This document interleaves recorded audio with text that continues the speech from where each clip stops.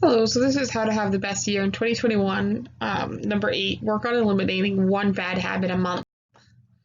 If you eliminate one bad habit a month, then in 1 year you will eliminate 12 bad habits.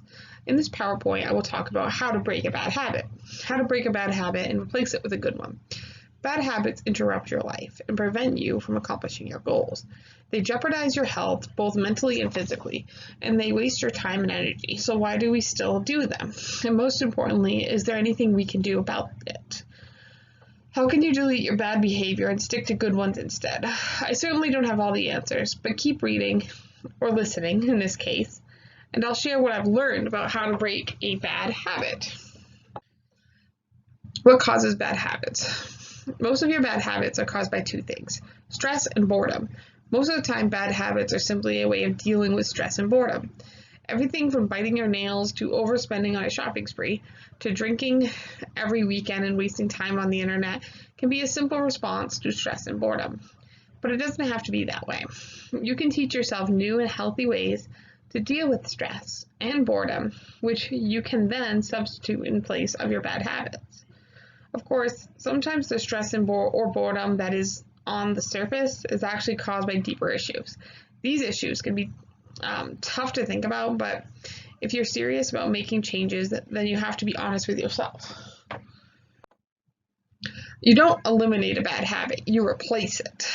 All of the habits that you have right now, good or bad, are in your life for a reason. In some way, these behaviors provide a benefit to you, even if they are bad for you in other ways.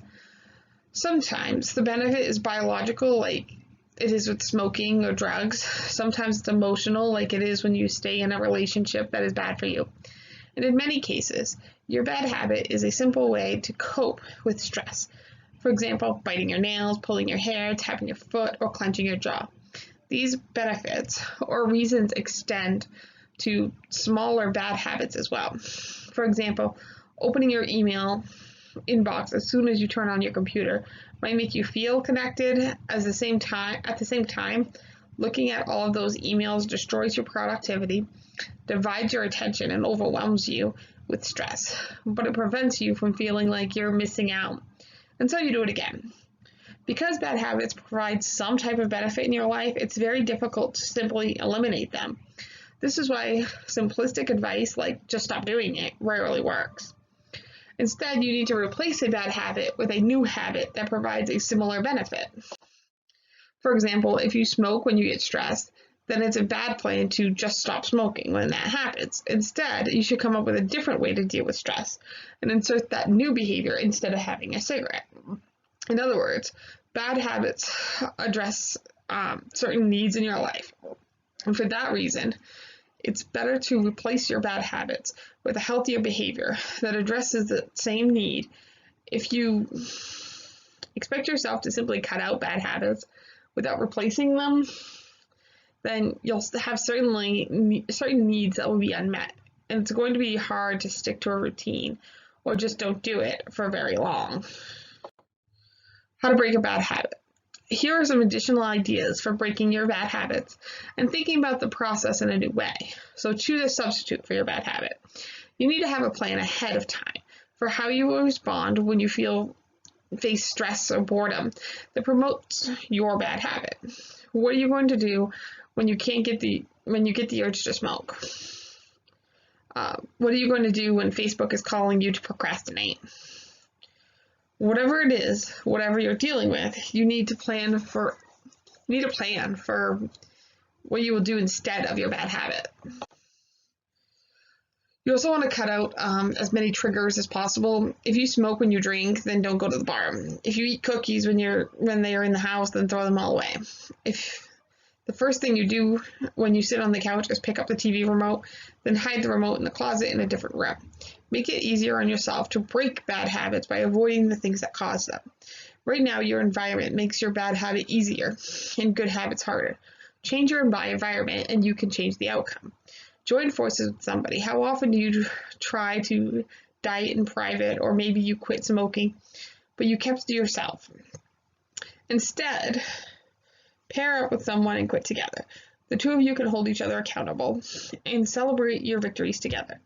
Knowing that someone else expects you to be better is a powerful motivator. Surround yourself with people who live the way you want to live. You don't need to ditch your old friends, but don't underestimate the power of finding some new ones. Visualize yourself succeeding. See yourself throwing away the cigarettes or buying healthy food or waking up early. Whatever the bad habit is that you are looking to break, visualize yourself crushing it, smiling and enjoying your success. See yourself building a new identity. You don't need to be someone else, you just need to return to the old you. So often we think about that to break bad habits, we need to become an entirely new person. The truth is that you already have it in you to be someone without your bad habits. In fact, it's very likely that you had these bad habits all your life. It's very unlikely that you had a. You don't need to quit smoking. You just need to return to being a non-smoker.